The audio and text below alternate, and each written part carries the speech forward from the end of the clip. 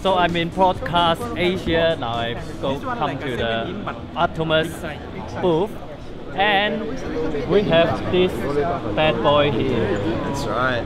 The thing is, we will talk about this a little bit about how you can max out your GH5. Maybe you got a GH5 or something else, A7, something like that. Yep.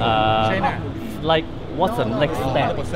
That's right. Well, to maximize the camera and to get all of the capabilities for motion picture, what we're doing is we're taking the signal directly from the sensor, bypassing the compression, and we're recording it to an edit-friendly format, so you can take it straight into your timeline with no transcoding, no issues.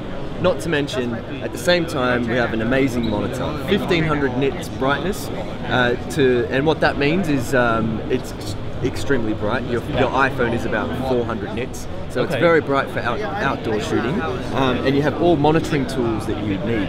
Now this is the GH5 kit, and this is a pretty serious little piece of kit. However, not crazy expensive. We're getting similar results on cameras that are 10 times this. Exactly like the 4K 60p 10-bit. That's right. Your GH5 can do that, but not internally. You need something external. So that's right. And we're looking at $995 to do that. So it's not a huge investment to get an amazing monitoring solution as well as an amazing recording solution as well. You're pretty much Hollywood ready here. The Ninja Inferno is super easy to use.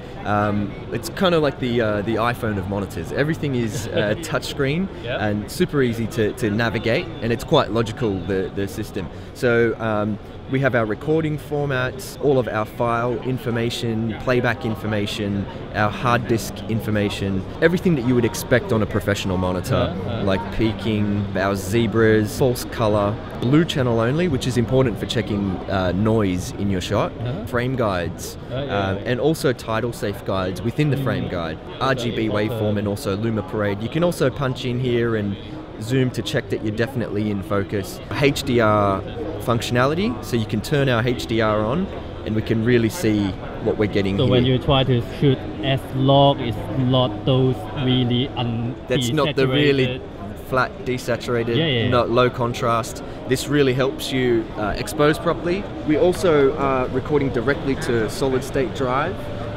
So the media is quite cheap and we're getting loads and loads of record time on the solid state drive.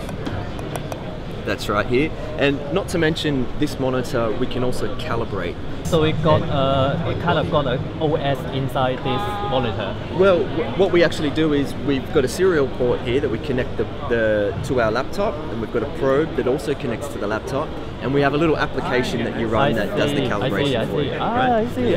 Also, when you have the SSD here, recording to it, you can still recording to the SD card just to be safe, right? Yeah, that's right. If you and that works differently on different cameras. So, for example, if you do that on the GH5, you can only record 8-bit internally if you're going to record external at the same time.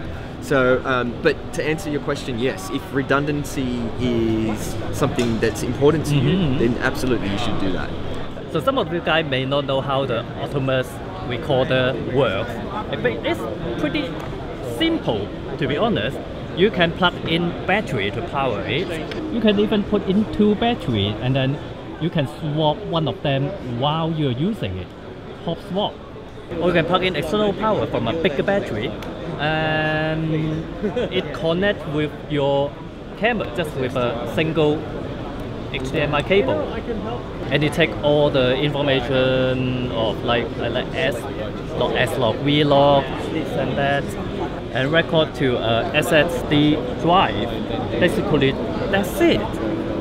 When last time you seen Kai shooting vlogging with a C200, 300, 400, 200, 300, I think this is it could be a better solution, right? Well, I've got the other thing that's super cool about this.